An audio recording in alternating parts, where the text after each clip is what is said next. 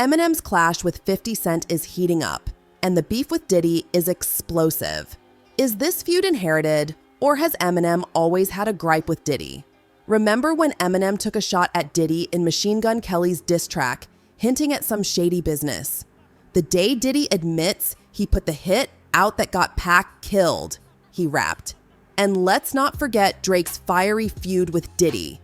It all erupted when Drake dropped 0 to 100, a track that originally belonged to Diddy. When the song skyrocketed up the charts, Diddy was absolutely livid.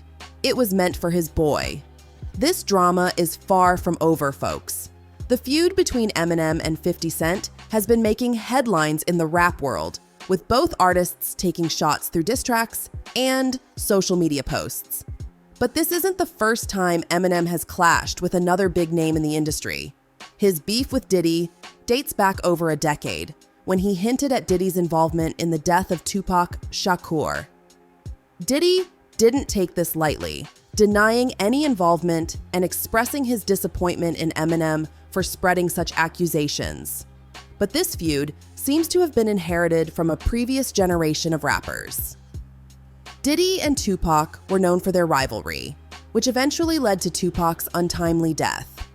It's no surprise that Eminem, being a huge Tupac fan, would have some animosity towards Diddy. However, there might be personal issues between Eminem and Diddy fueling this fire. Both have had their fair share of controversies and conflicts in the music industry. Could these past incidents be stoking the flames of their ongoing feud?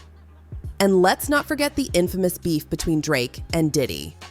While it may have started over a song, there were underlying tensions between them brewing for years.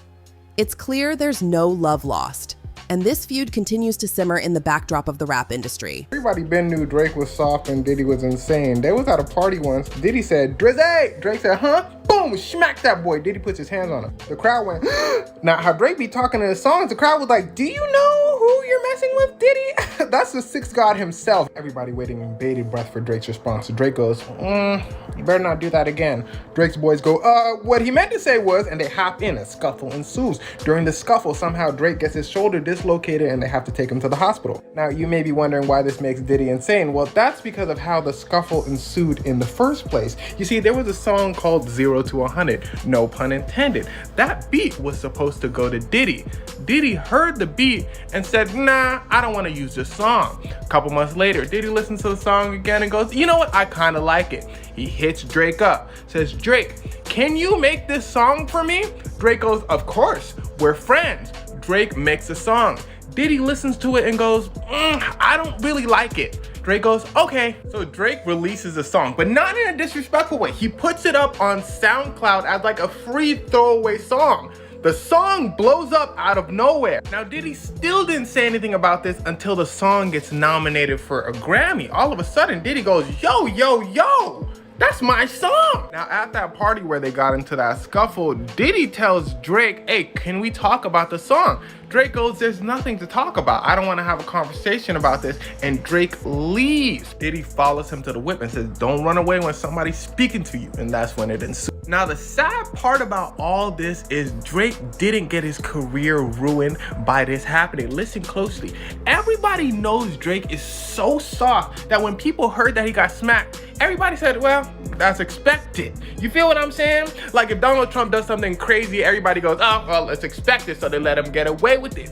That's not what he wants. Like if Drake were to slip on a banana peel and his face falls on a pie, everybody be like, "That darn Aubrey, doing it again." I love when Kendrick says this. Kendrick, I like Drake with the melodies. I don't like Drake when he act tough. I've been saying for years, I don't like, I say I don't like when Drake sings. I like when he raps. I've been saying, when Drake did that video back in the day, I don't remember what video it was. It was when he had the hoodie on and the headlines, and it looked like they was all like a flash mob that was gonna run up in a store and steal every goddamn thing. Like they just couldn't wait to run up in H&M or something and just take everything off the fucking shelf. Like that's what I didn't like that either. You gonna make a nigga bring back Puff? Let me see if Chubbs really crashed something. That's a reference to when I didn't get They it. said slapped him, right? Well, Puff allegedly slapped Drake. I'll never forget that night either. You were there? No, I woke up and my phone was ringing. I'm gonna tell you something. I can say this without a shadow of a doubt, and this is true. The industry is, behind the scenes, they've always been against Drake. Like, they've always actively rooted against Drake. Why? I do not know. Probably just because he's from Canada and he's winning. Probably because he's from Canada and, you know, he's probably because he's not American. I don't know. Like, I don't think that's it. Yo, Drake used to say this in his raps, and he used to talk about the industry plotting against him. He was not lying. I'm not even going to sit there and tell you no lie, because whenever stuff like this used to happen to him, my phone would go crazy. Well, who the fuck is the industry? And it wouldn't be like regular people. It'd be like execs and like managers and shit like that. Like, yo, Diddy just slapped the shit out Drake. I'm like, really? And I'll never forget that night. So he's not. Drake's not paranoid when he says these things. I just feel like why and who would be behind it if the industry is benefiting off of him? All right, listen. Hate, jealousy, bro. and envy is a real thing, yeah. That's kind of crazy. He still hear things from back then, that time. Oh, got you now. Right. Okay. Got you. He can't buy the record. You play it for him right now, and it's hot. He can't buy it. This is why he's fighting Drake. When you hit Drake, because he used the beat that he didn't actually use. 0 to 100. Right, you see what I'm saying? So if he heard it, and then he heard Drake use it, but it wasn't a hit yet until Drake put the lines were, and he's upset about that because he can't hear it, but he felt like he took something from him. I did not put hands on Drake. Oh. And I do not want any problems with Drake. Yeah, what happened to the beat, the 0 to 100? They said that was your record at first. Was there any truth to that? Even there was a clip of you at the club. Yeah. There was a 0 to 100 was initially, was my record, and then somehow that became, just a misunderstanding. We was working with the same producers. Honestly, it was a misunderstanding. Honestly, Drake is actually. Then there's 50 Cent, the ultimate boogeyman of the rap game. He didn't just despise Diddy. He relished in taking down anyone who dared to side with him. Stevie J, J. Rule, and even Jay-Z all felt the heat of his unstoppable fury. Who's next on 50's hit list? Only time will tell. This was good, man. You and your feelings about Daphne, that she would gang them? Or is it that you sucking Little Rod? However it go, I want you to fade. All that. Since it's entertainment, let me beat the out of you on TV or something. Don't duck that. I'm calling you out. What you want to do, Curtis? Curtis! You saw Stevie J say he want to fight, shoot the one-on-one with 50. He want the one-on-one. Stevie J came out and said he want to fight 50. Okay. Niggas is upset. Fight him. Yeah, there you go. He'll fight. He'll fight. Nah, Stevie J's my man. That's my man too, but I ain't mad at looking at a good fight. Hey, if niggas gonna fight, I'm gonna watch. Do you think, now, I have a question for you guys. Do you think that when niggas say I want to fight in the ring for charity, they're safeguarding themselves? Yes. Because I know some niggas that meet you, I say, hey yo, big dog, meet me down by the, and then meet you and get the one-on-one. Anytime niggas start talking about fighting for charity and to donate the money to your favorite charity and cameras and put up the money, please. I don't think none of those actually ever go through. That's why.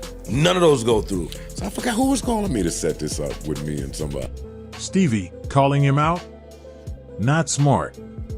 And hey, I'm not alone in thinking he can take a beating. Even Gene Deal doubts he stands a chance. Stevie calling him out? Not the smartest move. And guess what? I'm not the only one who thinks he's in for a beating.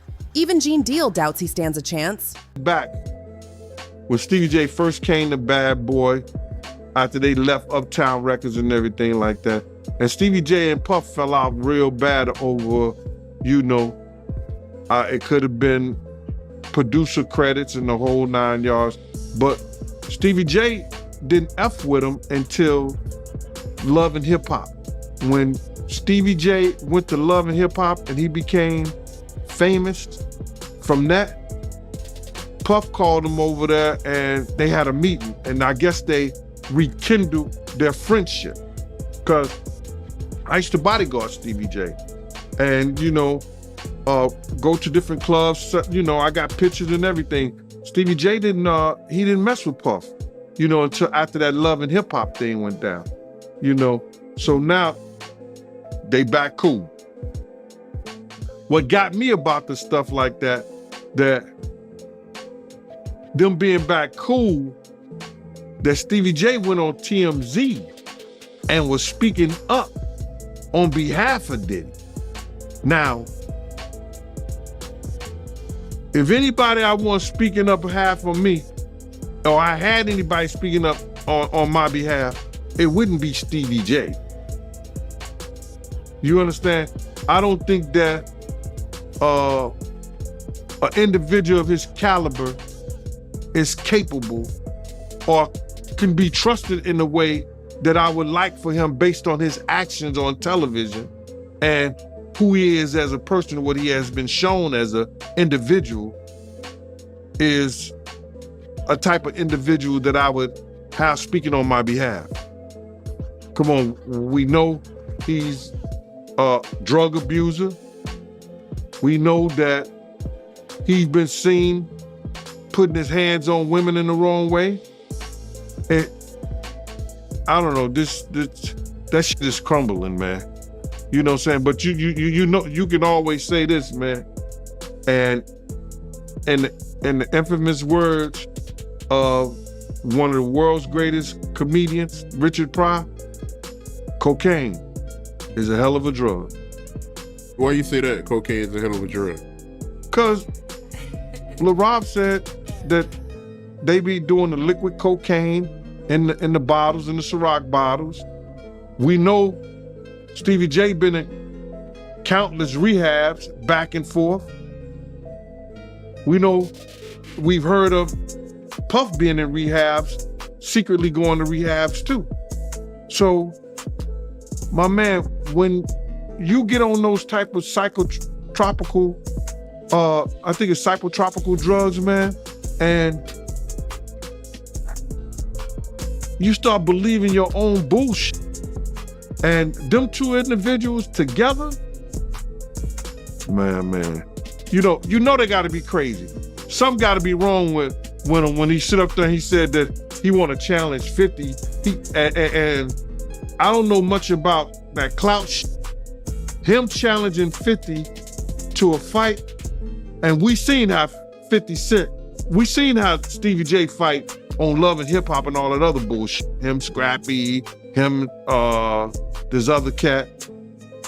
My man, there's no way. There's no way. He don't want it with 50, bro. That's if that ain't cocaine, the Pope ain't Catholic. So you feel like 50 Cent would give Stevie J that work? It wouldn't even be a job. 50 Cent will whoop niggas like Stevie J on the way to a real fight. You seen 50 fight before? I ain't never seen 50 fight. I seen some tapes of him get down on that end, but I never seen him fight in person. But I know the demeanor of a man. I was with 50 Cent on a couple of occasions, and one occasion, it was just me and 50 and about probably 6 other dudes that didn't want to get out the car. Farnsworth Bentley, Diddy's ex-assistant and rapper, steered clear too late. But when he caught wind of the chaos, he bolted from the industry without hesitation. Farnsworth Bentley, once the right-hand man of an A-list rapper, saw the writing on the wall and made a dramatic exit from the industry. When he caught wind of the chaos, he didn't just walk away, he bolted without hesitation. What really went down behind the scenes? The intrigue deepens. I feel like one of the main people that we need to hear from when it comes to this P. Diddy nonsense mess is Farnsworth Bentley. Like, he definitely knows where the bodies are buried. For real. So, what do you think about this drama? Is it just typical rap beef? Or do you think there's more to the story? One thing's for sure, these feuds are not dying down anytime soon, and we can't get enough of the drama. Keep tuning in for updates on these ongoing rivalries, and see who will come out on top in this never-ending battle of egos. The rap game may be all about the music, but it's also a cutthroat industry, where egos clash and feuds reign supreme. Who will survive, and who will fall victim to the never-ending drama? Stay tuned for more videos.